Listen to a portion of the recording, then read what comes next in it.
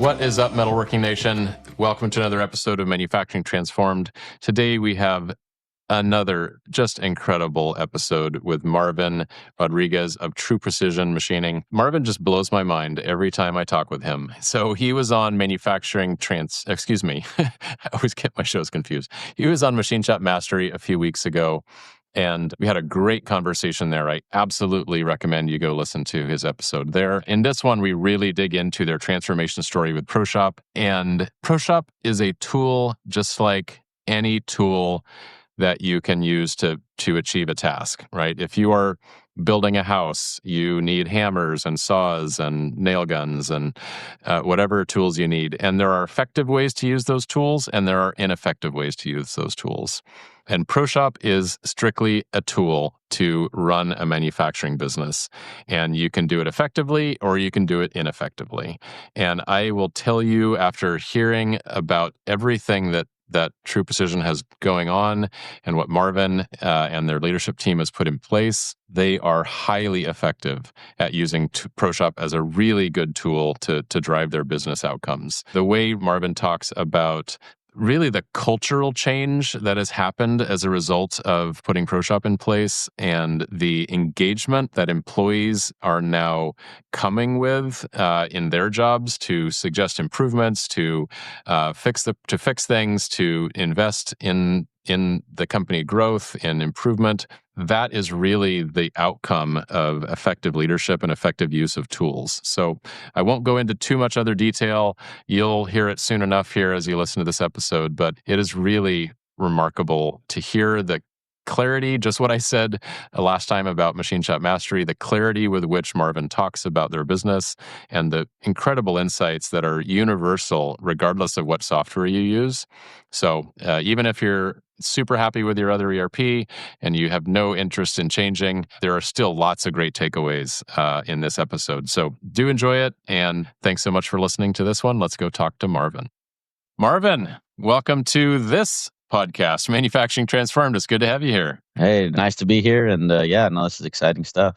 We had I thought, a brilliant conversation on Machine Shop Mastery a few weeks ago. And, could clearly see some of what you said about how ProShop has been such a positive impact there with you guys. And so this is the podcast where we can actually just really talk about that and not have that arm's length between just general machine shop best practices, which is what Machine Shop Mastery is all about. And you brought so much valuable stuff. The clarity that you articulated, so much important things. I cannot wait for that show to release. I know people are going to love it. But in this one, we can really tell your transformation story putting in ProShop. And so cool. For those that didn't hear the other one, why don't you tell just a little bit about the business today and a little bit about your background and being involved in it. And then we'll talk about, getting ProShop and how that's changed the business. Sure. The company started in 1999. I came on board on the managerial side probably in 2013. And during that time, I had no experience, with any managing of a business or anything of that level. So for me, it was all new. And my kind of approach in anything in life is to observe or find information and then kind of figure out my way of doing it and then kind of refining it and streamlining it. And it was never really something I knew I did. Now that I'm older and I'm looking back, I realized that everything that I did was through that process. Mm-hmm. The company was, it had, I think around 20 something employees. And as it was growing, it had more challenges each time as the growth came along. So my normal thought process is, okay, problems come up, how do we solve them? And that's kind of how we grew to where we're at today. Very cool. And tell us a little bit about the snapshot of the company today. Yes. What you specialize in, machines, people, that kind of stuff. Right. So we used to be a mom and pop shop. We used to be kind of pretty free flowing. Any part that came in the door, we would quote and do. Now we're more focused on aerospace, defense, medical. So we have a very specific, we have a strategy now. We're a little more, I would say, corporate, logos and start times and policies.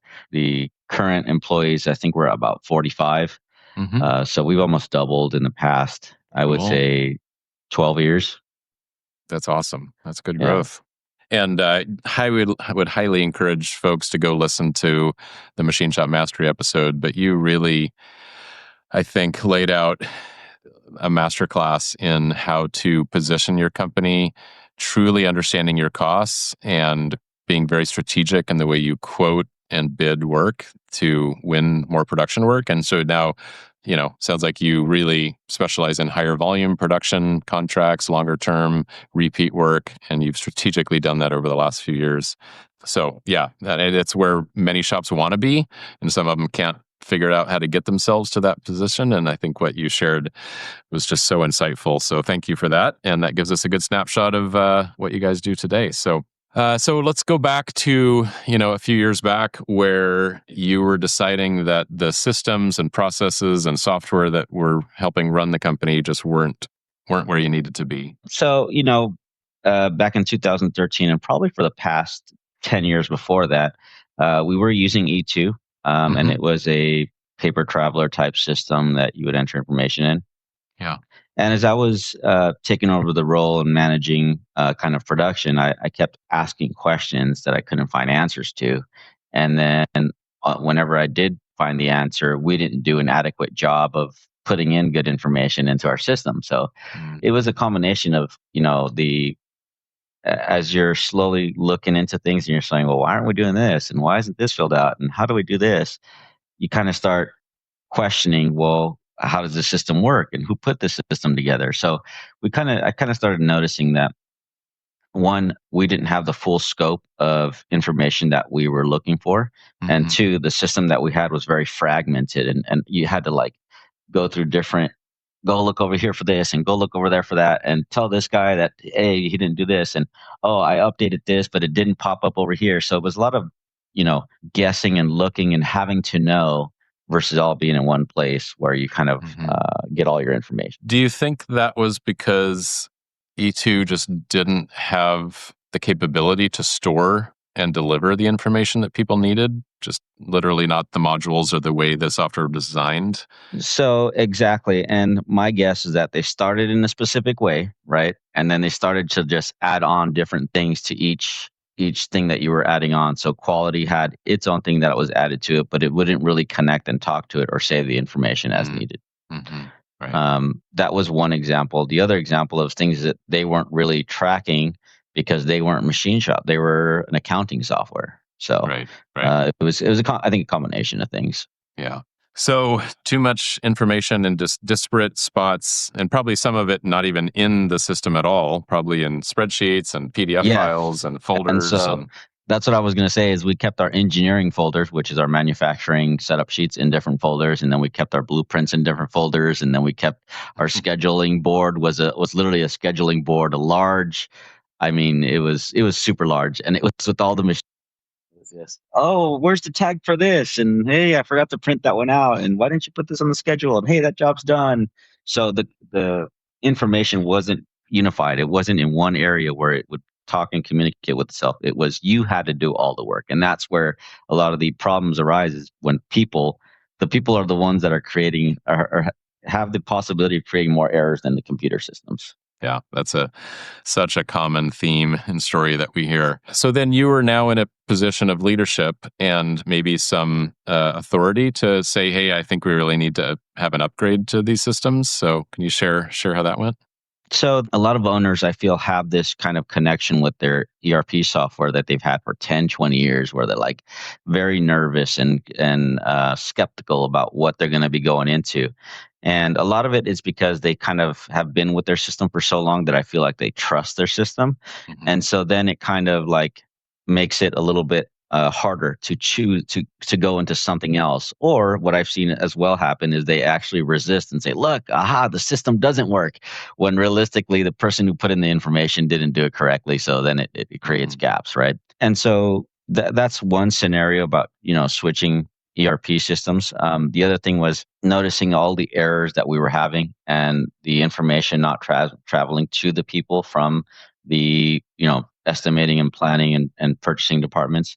So when I saw ProShop, it answered all the solutions to all of our problems. I mean, it was even I just watched one. I can't remember where I seen it, if it was on Facebook or if it was on YouTube. I saw what it had and I was like, this is exactly what we're looking for. And that's when I told the owner, hey, remember this and remember this problem and remember this problem and remember this. You know what I mean? It Right. just answered all the questions and the problems that we had. And he obviously was open enough to trust that, your guidance and not be too stuck, with the old system, that he was open-minded enough to say, yeah, if you think this is the right one. Yeah, we had what's it called, a sales meeting with you guys, and Okay. I said, hey, well, how does it handle this, and how does it handle that, and of course, I had my list of problems that we see, often, Hmm. and it literally checked off, I would say 99 or 98% of them. Right. And that was probably, what year was that? I should have looked that up prior I to the think meeting. we went fully, I think 21 Okay. or Okay. 22, I can't remember, somewhere on there. But we were, again, it took a few years just to convince the owner, hey, we need this. We need this to, Right. to keep Yeah. growing and and at that time, I think COVID had just started or didn't happen. So it was just like a godsend that, we just decided that right before COVID, we're like, hey, we should, because we wanted to get away from the papers. We wanted to get away from all that. And so the other Hmm. thing that was important to us was, like, if I was off site, because again, I'm wearing multiple hats. I'm not just sitting behind a desk. I may be out at a client's on a day, and it might be out at a vendor, whatever. I wanted a system where I could be digital and I could see the activities happening, and I don't have to be at our facility. Right. I also like to take long vacations and go to Mexico and to a warm beach in the winter. So that's another reason, but I didn't want to say that one. There you go. So I just looked it up. Yeah, you signed up in April of 2020, which is literally the month that COVID happened. So, Yeah. so yeah, in fact, we saw quite a rush of people signing up in April and May of 2020 when they realized that, as they're sending their team, their office teams home, they're like, we can't deal with paper travelers anymore. Like, Yeah. it's literally like they can't do their jobs because we're supposed to put this stack of paper on their desk, and then Yeah. they do something with it, and then they put it on someone else's desk. Yeah. That could no longer be the case. And I have to say that the biggest naysayers, we had some naysayers in our company, and they're like, "Well, what if the internet goes down?" Okay, it's a valid point, but how often does it really go down? Right. And now with Elon Musk doing Starlink, now it's going to be satellite. Like, how much is it really going to be down? Right? Sure. Those are temporary things that in the future the infrastructure is just going to keep getting better. So to me, it's a mute point to Yeah. what's really affecting the organization as a whole versus maybe, I would say, once every 6 months for about an hour will be down because of the internet, maybe. But Sure. even then, we just store the data, we write it down, and then we upload it when we get back online. Yeah. Yeah. You're right about the backups. I mean, we have clients that use even like 5G hotspots as a backup. I was going to suggest that as well for us, so that way we really aren't down, but we haven't, Yeah. we haven't Yeah. invested in Well, that yet. if it's so rare. But yeah, the guarantee that paper is going to happen all day, every day, and the inherent waste in dealing with that all the time is Yeah. a far more real problem than the potential of having an hour or two every several months. So it was I, and I don't remember this. I apologize. Was I the person doing the demos and the sales with Yeah. you? Yeah. Okay. Yeah. Okay. You were younger, no gray hair. No gray hair. Yeah, my beard probably didn't have a beard back then. Full of life, That's right. Wasn't over the hill. Yeah, in fact, I do remember, I think in May because I remember talking to you on the phone while I was outside at this conference. So yes, I do remember that now that you ring a bell. All right, so you decided on ProShop. You went into training. Do you remember who your trainer was? Yes, Kelsey. Oh, no, Kelsey sorry. was. I was gonna say. Sorry, Kelsey was a part of it, but that was for the financials. It was, Yeah. give me the three names. There's three of them, isn't there? Luke, Brian, Luke. Luke. It was Luke. Oh, Yeah. yeah, legendary. Yeah. Legendary Luke. Awesome. Yeah, he's still with us today, still sort of very senior, advisor, implementation person, or one of our absolute best. For those that don't know Luke, he used to own his own machine shop. Actually, ProCNC bought his shop many, many years ago, and he became part of the Pro CNC team for a number of years, and then joined up with us when we did ProShop. So just like many of the folks on our team, but probably the most experienced, just deep machine shop experience, right? And I'm sure that came through in the trainings with him. Definitely. He knew exactly what you were talking about. You could not bring up a topic that he didn't intimately have familiarity with. That's correct. Yeah. And I think that's a differentiator between us and many of our competitors who just don't have that deep bench of industry experience. So, right. Were you there when they put E2 in, or was they? No, I wasn't. Okay. I was going to wasn't. say. So you can't really contrast the implementation and training process ProShop versus E2. But I will say that, when we did want to upgrade, or when we did want to add on certain things, it definitely wasn't very, you were talking to a salesperson. They didn't really understand. They were just like, oh, well, we got this package. Do you think this is what's going to fix it? And I'm just like, let me go figure it out, Sure. So definitely having knowledge is useful when your customer is asking questions about something they don't know about, right? Mm-hmm. So yeah. All right. So you went through training. When you finally sort of went live, one of the things we often hear is that not only did the old ERP system get replaced, but so did many other systems, spreadsheets, little databases, little other systems that have been patched in over the years to deal with different parts of the business, because the original ERP was not a great fit for a contract manufacturer, job shop, machine shop. So was that the case with you guys? Sounds like.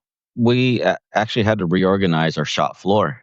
We used to have all of our filing cabinets kind of in the central area, so that the operators can grab engineering folders with setup sheets, and we'd grab work orders and file them away. We'd have a huge board that we purposely put right in the middle so everyone could see the schedule, and so that went away. What else? The storing of our work orders, huge filing cabinets again as well, just to keep the archives for 10 years. Right. Did you just move those into another area? Did you eventually scan and throw out most of that stuff? Or? Yeah, so that's exactly what we did. We archived. So we archived the actual files, so we didn't have to scan them.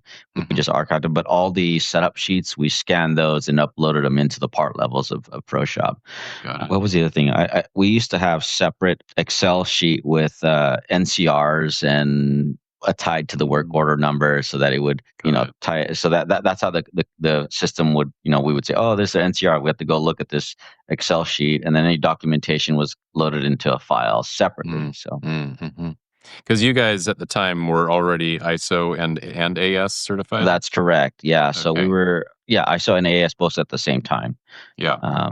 I think it was in 2015 when we became certified. So it was really hard to do the QMS, linking that to active work orders and the revisions, and talking about, NCRs, where did it come from? How did this number get to this number? So it's really hard to kind of manage that and tell them without, having to go dig up files. Yeah. No, I definitely hear that just the daily, monthly management of keeping a QMS clean, tidy, up to date, things closed out, so you can do your audits, is just way more labor and cumbersome when you're dealing with separate systems. With the ProShop system, it's actually alerting you ahead of time, and you can be aware just by clicking on a dashboard and clicking on something and reviewing the information, versus this other system. You would check it every 3 months, and you would have to go look over there. You'd have to know to go look and say, hey, did we update all our trainings, or did we do this thing actively?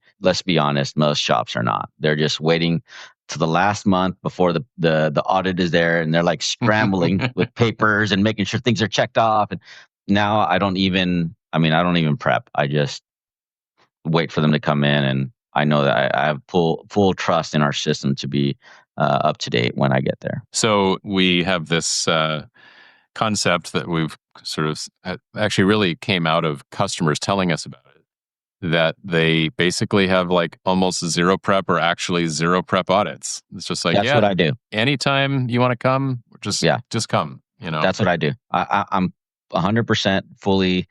I've changed, from being nervous to going and reviewing everything to now I'm just whenever you guys want, come by. It's not even a sweat anymore. I used to spend, days just reviewing information. Now I'm 100% confident that I can just show up and say, "Hey, what do you want to look at today?" It's not going to be a big deal. And what kind of feedback have your auditors given you? They're questioning, like, where is this? Who created the software? How did this come about? So they're kind of more unaware of this new system. Mm. And the fact that they're seeing me click through things, and they're not seeing me scramble and seeing me go get documents and seeing me say, "Hey, I don't know where this file is, but I'll get it to you another day." Right. I think it really puts them at ease that they know that we're fully under control. We're not trying to, do anything frivolous, or we didn't forget anything. We know that they know that the system is robust enough to be able to tell us when things are going wrong so that we can make those changes or figure out what the problem is. Sure. So do you feel like the QMS has become a more effective tool to drive continuous improvement? Oh, definitely. Yeah. So, not only that, but just even the time tracking. I know that depending on how you want to set up your time tracking, you can make it to where it's just set up and run and add different categories. We've actually set it up to where we can have more reason codes for time tracking. So now we don't have a run, but we have a run with problems, run with R&D, run with troubleshooting. So that way we can categorize these hours and say, after we go back and review the job, we say, "Hey, there's one day the job ran really good, but then this other day previous, the guy was troubleshooting and doing R&D. Well, he clocked in a separate category, so now I'm not going to review that time as part of the actual runtime that was allocated." So we've done that with setup and with programming as well, because we wanted to really not affect our costing and add more time and more dollars to the customer because of stuff that we did internally, either as a problem, as a failure for ours manufacturing planning, a failure in programming, or a failure in a setup. So that way we can accurately quote the customer next time around the job comes around. And then we can also track how often we're having programming problems, right? If the programmer, "Hey, I forgot this tool," or, "Hey, I plunged this tool into the part." Now we have more categories, so we can track a lot of more of the changes that are happening daily. So you made new time tracking categories. That's correct. Yeah, I mean, I know we obviously have the capability to do that. No, so the default categories, obviously there's running, there's setup, but, troubleshooting is a default category. And the way we always instructed our machinists or people on the floor was like, if things are going smoothly, just be logged into setup, be logged into running. But if you start running into a problem, well, actually, now that I think about it, troubleshooting was, I don't think we would advise using that for setup. We would only use it like if you have a stable production process that's running well, and then all of a sudden, you break a tool or the tolerance is starting to go out, then you switch to troubleshooting so you can track that. So we have that as well too. We added a tool maintenance. So that way it's, we're categorizing all of their work and their labor hours. But I guess my point to that, to this conversation, was NCRs, and basically the same thing that you guys do with NCRs, which is categorize them and put reason codes. That's what we do with time tracking to be able to really see if we have an uptick in the basic one is operator error, right? Is it really operator error, or is it really the fixture should have had a pin so the guy can't load it both ways, right? Yeah. So we can really do a root cause analysis on all the stuff that we're reviewing, and then go back and say, okay, well, if we add an extra pin, is it worth it for the cost of what we're paying, or blah blah blah. Then you go into deeper conversations that management can review. Yeah. Wow. Yeah, you're saying so much important stuff right now. I know. I'm kind of. It's good. And I'm one of those people that just kind of says everything, and I just let you guys figure it out. Well, we need to dig in a little bit here, at least. I think if I didn't, people would be mad at me. So, because this ties in these really, like, studying the time tracking and what happened clearly ties in with what you talked about on Machine Shop Mastery, with understanding your cost, understanding where you need to price things. Did you make a mistake in pricing? Was there a problem that has now been solved that you don't need to add money for in the future? So really, it's what you're saying is root cause analysis, right? When you're reviewing the job, and in E2, The only way was at the very end. You would go, it would show you the calculations, and you'd be like, oh man, we're 50% negative. What happened? Now you got to go talk to everyone. Of course, part went to OSP, part went to deburring, whatever. And it's 4 weeks later that you got to go talk to Joe Blow and say, hey, what happened on this day? And he's just going to look at his time and he's going to be like, I don't know. I spent, 2 days Yeah. setting up the machine. I don't remember. Or, Yeah. For yeah, sure. it was something about a tool, but this guy did it, blah, blah, blah. And you're like, okay. And then you got to go talk to that guy, or maybe that guy doesn't work there anymore, which is the Right. worst case scenario, right? Sure. So being able to have the categories and being able to have a comment section, I mean, we fully utilize the comment section and put as much detail as we can to that. So when we go back and review, I have a snapshot of what happened during the manufacturing process that I can go then jog their memory and say, hey, well, yeah, it was the tool, but you put on here that the programmer programmed it for the wrong, he spun it backwards, right? Right. the common issues. So then when we're reviewing and we're daily looking at their categories, we can say, hey, this category was, should have been a programming error, not a setup error, right? And then now you can say, well, hey, look, we've had a lot of program errors this past month. We need to talk to our programmer. Or we can say, hey, we need to review your program before it actually hits the floor so that, we can minimize these, Yep. the hours spent. Sure. And then that same scenario, you should be reviewing your work orders to say, okay, and you're going to have a lot of, especially everyone's new runs, either you program it aggressively or you program it slow to be successful, right? Depending on which way your company, your strategy is.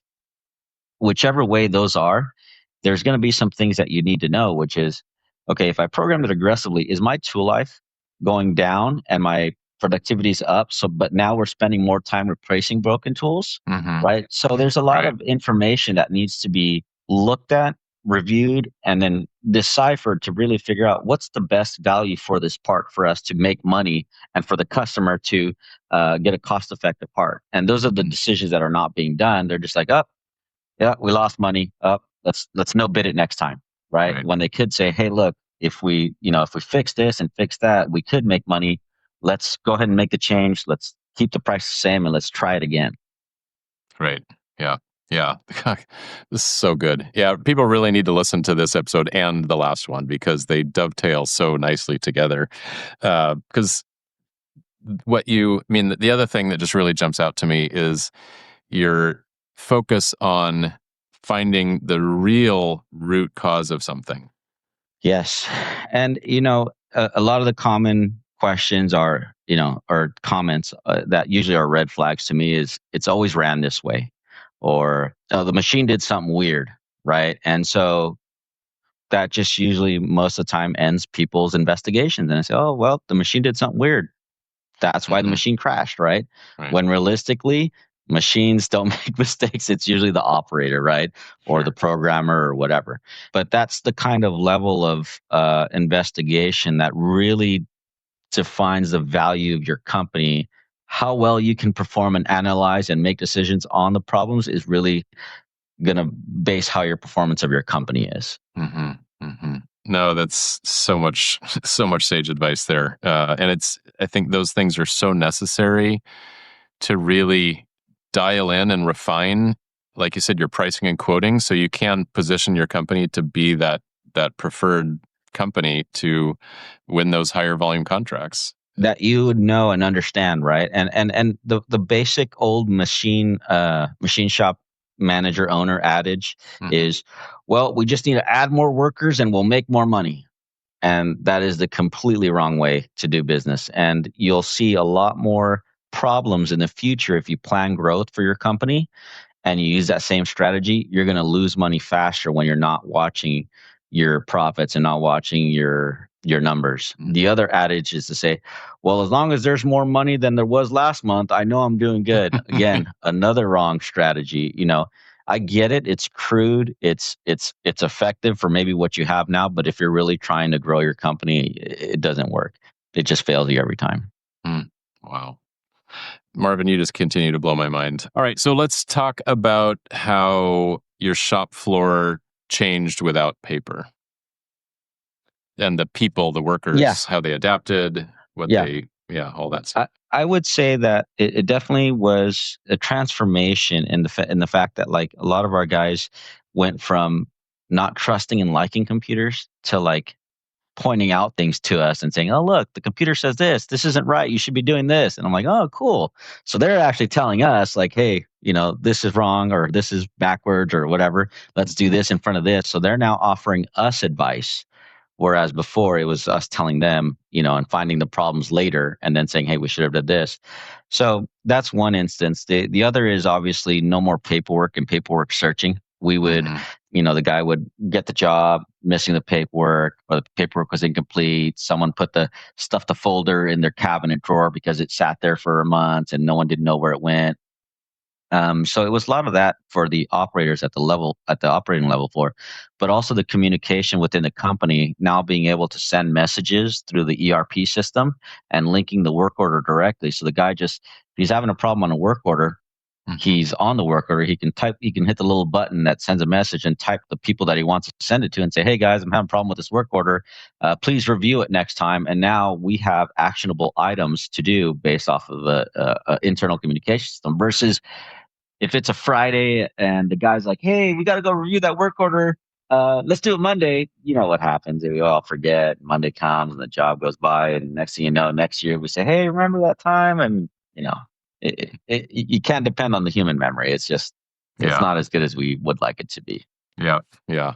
Yeah. Well, that's cool that you're using the system message module that effectively. I remember I was at visiting a customer a few years ago, and we're there to shoot some videos, and we were at one of the workstations, and this is a company that runs multiple shifts, and I think maybe it was on a Friday, and then the Saturday shift was going to come in the next day, and the guy had put a note like on a piece of paper right on the Hmm. thing, and he said, "Hey, John, check your ProShop messages because I sent you a long message about this thing." So he didn't just write out a long post-it note. He just wrote one to tell him to remind him to go check ProShop. And it's funny to see the people transition, right? People are first scared, they're nervous, they're not aware, they're not.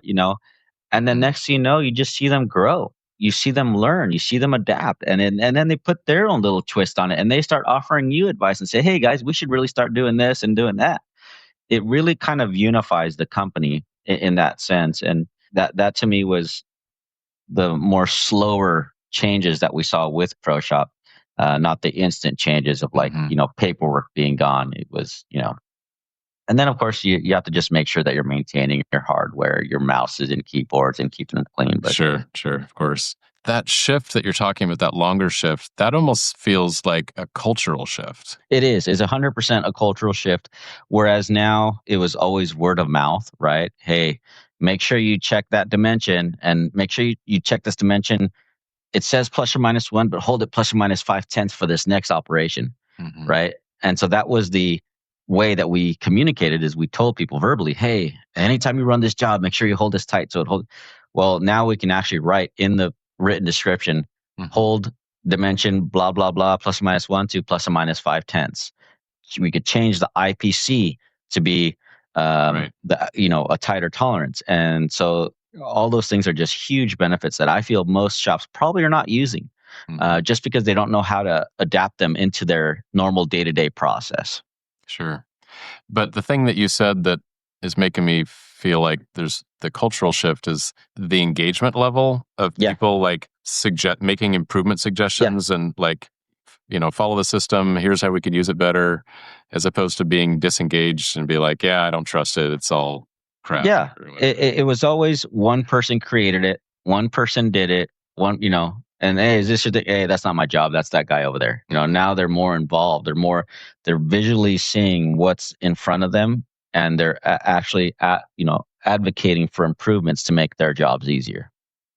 That's so huge because I know that you hear it in articles or whatever that like so many employees in the workforce are disengaged from their jobs and like just skating through on a daily basis, and this sounds like a way, at least for your team, where you got more engagement, more focus, more everyone like rowing together, helping the company succeed. And so one of the things that we've transformed was we used to say no cell phones. no cell phones, no cell phones, no cell phones, Mhm. and now that we're seeing all the information that operators are bringing, now we're saying use your cell phones, but just use them for work. Right. Don't spend your time on social media. We get it, we get it that we Right. all have our, things or, whatever, but they actually use their cell phones to upload and save and document stuff. And it helps us for next time. Now we have a visual picture of what the problem is, what the improvement could be. And Mhm. there's a lot of information being transferred. That's very cool. Let's talk about the results of all that work, all that investment, all that documentation. Are you seeing shorter setup times? Are you seeing more throughput? Are you seeing lower scrap rates? The biggest problem we encountered during COVID, and I think you were aware of this, is a lot of the older people were, either fully retiring or they were staying home or unfortunately had health issues and never came back to the workforce. And so we lost a lot of tribal knowledge. And I think that was the biggest impact because we had just implemented it right when COVID was happening. Yeah. So we did lose a lot of tribal knowledge. And so we saw it affect directly our sales numbers. We wouldn't get as many parts out. We would get more rejections. So we really got to see a decrease in that because now we have full descriptions with videos even Hmm. in our operations. So people know exactly what they need to do to get the part to come out correctly because you have instructions for your machine for doing a setup, right? Your instructions are your tool sheet, and then your verification is checking your parts. But how do you do that in deburring? How do you do that in assembly? There's really no way, right? So if you don't have those instructions detailed out and labeled in those operations and even in packaging and shipping, um, a guy that's packaged and shipped for a bottling company is completely different than packaging and shipping for a contract manufacturer that their parts are going to be changing, right? Are you going to pack a bunch of aluminum thin wall parts put a bunch of them in a box, or are you going to individually wrap them in bubble and make sure that they don't bang into each other? Those are the kind of levels of details that you can add into ProShop that we weren't able to do in E2 before. So no one knew. The only reason they knew is because they had some machining experience and they needed to know and understand what that part is to really say, oh man, I better package this carefully because I don't want it to get damaged. So you're putting in pictures or videos into the packaging operations, not just the machining operations. Oh, yeah. Fully detailed with images. You can create your own standardized packaging, right?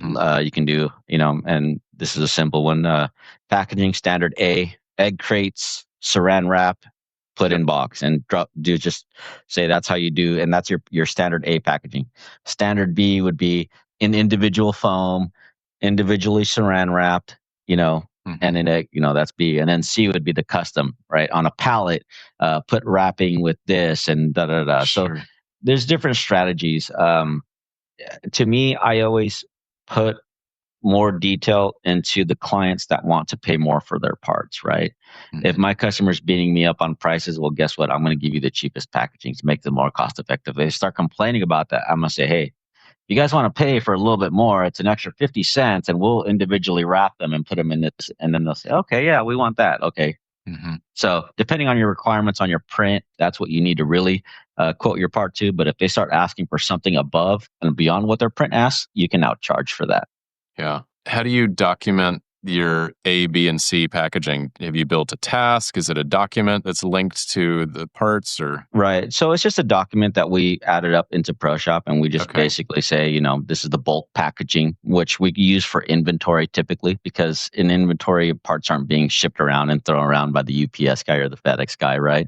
Yeah. It's just being stored on a shelf.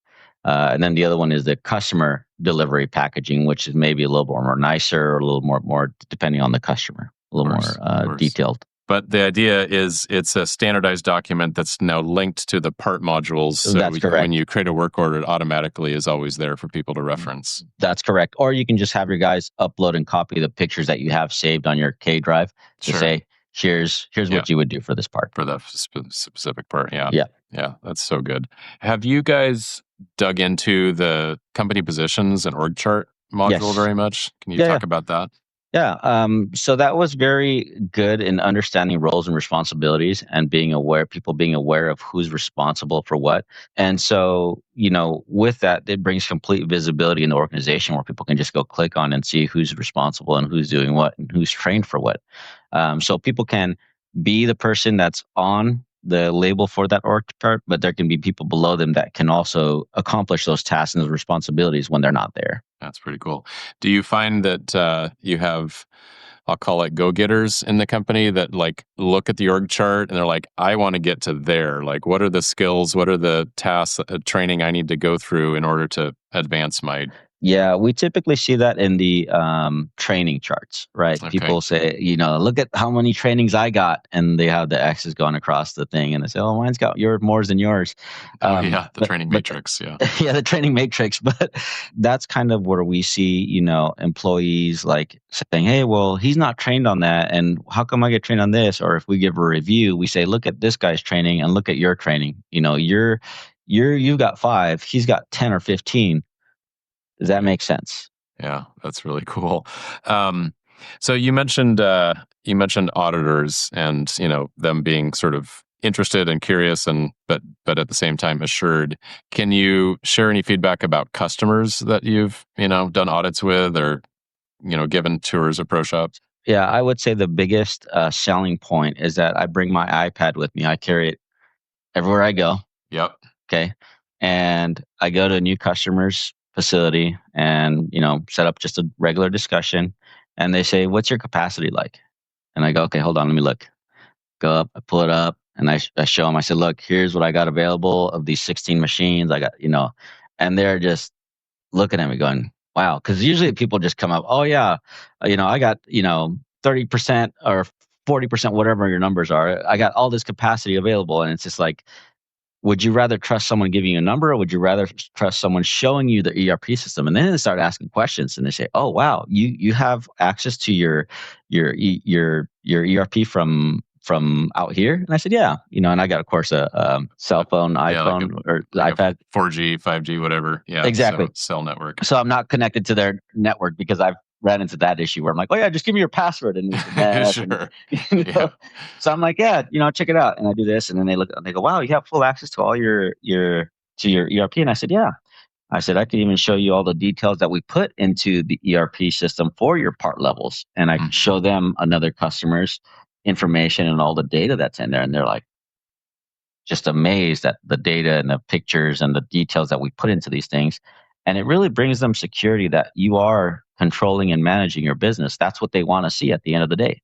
The more effective you are at showing and proving that, especially with results at the, when you ship the parts, they're going to be more confident and want to do more business with you because you're not going to go out of business. They know that there's a problem. You're going to be able to track the problem and figure out where it's at. So it just brings a lot more to it than just a regular, numbers that you throw out in the air. I've been preaching this for years, and it's so awesome to have you talking about real world examples of doing exactly that thing and reinforcing that it builds that confidence. Because you could drop money on the nicest machines you can buy and still have a crazy chaotic mess in the background. Being late and bad parts and just a mess, and everyone's running around like a chicken with their head cut off. Yep. And the customers want the opposite of that. They want those really robust systems and processes. Yep. Yeah. And clearly that's worked for you to move into that sort of higher volume, really sort of great contract work that you can refine, get better at, improve your margins, and use to grow the company. The customer that most customers have is probably tier 1, right? They're going direct to Boeing, direct to Lockheed, whatever. It's their responsibility to find machine shops that are going to be wanting to play in that same field in the same market of where you're consistently delivering on time, you're delivering good quality. They know that is the hardest part about finding a good machine shop. If you go and say, oh yeah, I got 80 machine shop, I got 80 CNC machines. Don't get me wrong. Oh, they'll say, okay, well, we know you got enough machines, but what about the business management? How are you managing that? And so it's usually a gap, and machinists come from a machinist background, and they say, oh yeah, well, we just need to have a lot of machines, a lot of machinists. That's half of the battle. The more important and the other battle is the business end of things, and that's where a lot of machine shops are missing out. So if you can now show that you're controlling both of them, you would have more success with them, and then you would have more success at managing your costs, because If you tell them you want to do an LTA for 5 years, do you think I'm going to trust to give someone an LTA with someone with no ERP system or some cheap ERP system that can't manage and control and see their costs or see their schedule? Or am I going to want someone that can say, hey, look, if I input these POs and these parts and these quantities, I know I can hit my targets on time. Which one would you want to do business with? And that's what these bigger shops, these bigger companies are looking for. They're looking for shops that know how to manage and control their business, along with having the capacity to do their work for a long period of time and to stay in business. How many shops do you know go out of business every year? I mean, I probably hear at least 3 to 5 of them that I know of locally, right? That didn't make it, right? Well, why didn't they make it? Well, because the customer stopped doing business because of bad quality parts. They bought way too many new machines and they couldn't afford to make their payments. They weren't controlling their costs, and they, had this thing, and they, if you name it, most of it goes back to ERP and missing the ERP system of the manufacturing side. They were great machinists. They did really good work, but once you start scaling and growing, your problems become larger. Yeah. Oh man, this is so good. So, coming back to your, sort of big picture results, 30,000-foot view, have you seen, increases in throughput or revenue per employee or machine, or any of those just like really big picture sort of ROI types of, numbers? Yeah. So with us, what we're really focusing on is more control and managing of the business right now. So we went through a large period where we had the enormous growth, and now we're at this level where we're really trying to dial in all our information. Is it better for me to keep piling on new parts and new work, or is it better for me to dial everything in so that we're completely confident, streamlined, and experienced with all the parts that we currently have? And so the strategy that we're working on right now is we want to dial in all the processes, all the little gaps that we probably still have lingering, and be able to use that to where our system's at a fully 100% and capable and locked in. And now we can go sell more and know that we have a thorough process to go through.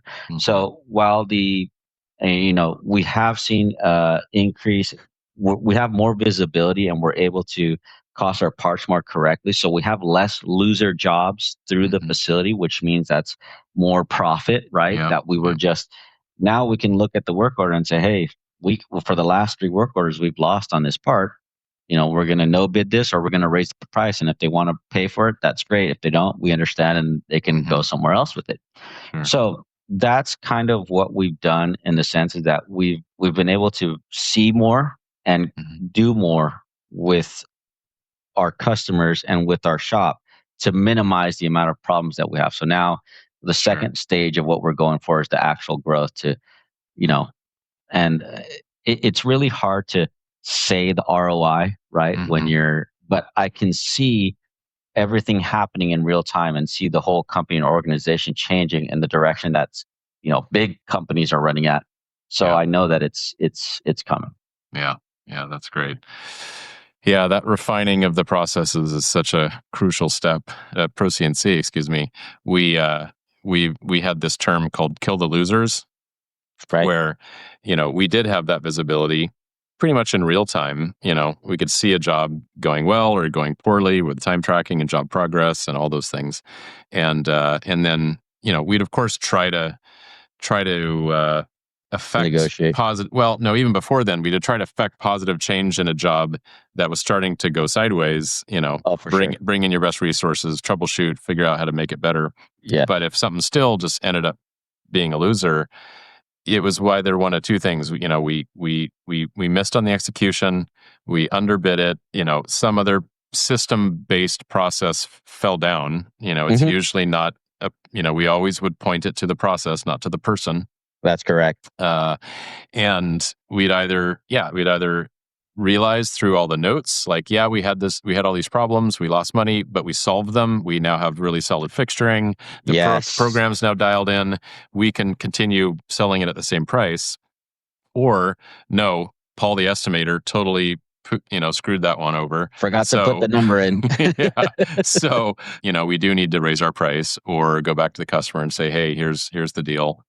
Yeah. The funny part with all that is that that's the hard part that people can't, or machine shop owners and businesses can't really finger or put an ROI on and say, Mhm. well, what was the direct impact, right? But I can say that in E2, we were definitely very limited and we couldn't tell how much time we were spending walking around looking for all the information. Mhm. But I can say that if you go look at our facility now versus if you looked at our facility before, it was a lot of walking around. Mhm. And where if you look at it now, people are not walking around. People are at their stations and they're working, they're communicating through messages. Yeah. That that's very funny because when we would have visitors, we very much had the same thing. Like it looked like the place was not that busy. Like, Same here. like And so the owner would get upset about that. He'd be like, well, why isn't it? No one's working. yeah. But in fact, we're cranking out record revenue because Yes. people are actually working on their job, working on value added aspects of their job more often, as Right. opposed to, And I will say that we've had our record sales in 2024. We Mhm. hit $1 million for 1 month, which was like our previous before that was like 700,000. Wow. And, but, like I said, I can't say exactly, part of it is ProShop, part of it is being able to take out the losers and pick the right Mhm. jobs. Sure. But there's other things that aren't as tangible that to really equate to that sales for that month. But Sure. Of course. we've definitely hit year over year our higher sales numbers, Mhm. and we're ready for we're getting ready for the next wave of increase. Yeah. Yeah. Before we hit record, you were saying your quoting activity is just so heavy right now, Yeah, which yeah, is a good place to be. And you can be selective in what you decide to bid on. that's correct. Yes. Yeah. Yeah. I call that positive sales pressure, which No, definitely, right? is There's so only crucial. so much work I can take on, and if I'm going to take on work, I'm either going to keep upgrading the current parts that I have for newer work that's better paying, or I can stay conservative and stay with what I got and know that I'll get a consistent throughput. Hmm. Yeah. So I'm curious to ask about the impact on you personally with ProShop in place. Do you work fewer hours? Can you work from home a day a week? Are you less stressed? Right. Yeah, just any. So the nice thing is that I kind of am an overthinker, and so I'll wake up in the middle of the night and I'll go, "Oh crap, did I do this?" Hmm. And the nice thing is I can pull up my iPad, I can go to my computer, and I can go take a quick look and say, "Ah, yes, I did add that helicoil to the work instructions." Right. The accessibility makes it convenient. So now if I have to go to I just started a T-ball for my daughter, Hmm. and I'm the coach. Okay, good And for so of you. course I have to be there, right? Yep. So the nice thing is that if I get a message or a note, "Hey Marvin, can you review this, or can you take a look at this or whatnot?" And if I have to leave, now it doesn't have to wait till the next day. Right. I can now look at it when I get home or after T-ball practice, and I can go and take a look and say, "Oh, yep, hey, this is correct. Please go ahead and proceed." Hmm. Whereas before, you might forget the message wasn't there, whatever, and Hmm. so the accessibility is nice. And I take long vacations every year. I like to travel, and I take about 30 days in travel. Wow. And there's nothing better to me. I've been here 13 years, so I got my 4 weeks vacation. Hmm. But there's nothing better to me than being out in a different parts of the state, the country, whatever, and being able to get messages. And we're on Teams as well, right? And them saying, "Hey, can you review this and make sure it's good?" And then I can either look at my phone, look at my iPad, and say, "Yep, it's good," and send it. And I still feel like I'm a part of the business, and I still feel like I'm there. I'm just not physically there. Got it. So for you, that's not for some people, they'll be like, I don't want to be able to be reached. I want to be totally disconnected. But maybe in your role, you kind of need to be, or you don't mind having those little touch points out here and there. So what I was going to say is I do it when it's convenient for me, Mhm. not when I'm out doing these things, they'll send me a message. I'll look at the message and I'll be like, I'll deal with this later. Right. Right. But at least I have the message, and at least I know, okay, if I'm just sitting there at my aunt's or uncle house and they're talking about something and no one's doing it, guess what? I'm gonna do a little bit of work, because why not? Right. Sure. So it really gives you the option, whereas before you didn't have the option at all. Mm. So did you used to take those really long vacations pre Pro Shop? It was just No, No. No, Oh, yeah. really? So No, that it would always enabled. have to be like a week at the very most because when I get back, I had a pile of work that I had to, churn through. Oh, wow. Okay. Yeah. Yeah, that's cool. Well, glad that you can do that the way you want to. Yeah. Well, it's bringing the ease, right? Because let's just say that you are even just a owner or, you are a head person. You can at least know that if you want to, you can go look in ProShop, see what was shipped, see who's working on what, see your work schedules go down. So you don't even have to be answering questions from people here at your facility. You could just be viewing and saying, Mhm. hey, everything is going according to plan. Maybe I'll take an extra week off, Right. right? Yeah, there you go. I like it. So the title of the show is Manufacturing Transformed, and you've talked about a lot of transformational things. But just to kind of wrap things up, sounds like it would be a fair and authentic statement to say that True Precision has had a real transformation with ProShop. I definitely agree with that statement. And I think a lot of the things that people look at for value is one part, and I think that there's more value that they're not pinpointing or seeing or pointing out that's really transforming their company along with those as well. Mm-hmm. And that's the human factor, that's the culture, that's the unifying of your business. That's the part that, what's the value to that? Yeah, yeah, it's almost immeasurable, but you probably feel it just Yeah. in the way the team interacts with each other. You can observe it. You Yeah. can observe it. You can see it. And then, okay, now you have the system that does all this, and now you can use that same system to grow your business however large. So what's really the value of the system, right? It's up to you and what you want to project and to do, but it's capable of doing all of that. Hmm. So good, man. It's a great way to wrap it up. So, yeah, thank you so much for sharing everything. It's obviously heartwarming for us to hear about the positive impact that your company has experienced. It's really like it's our mission being played out in real life down there in Right. California.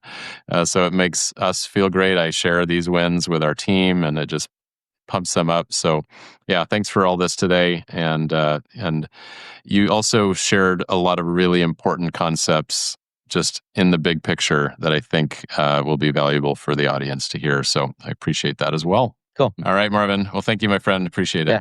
Thank you for having me.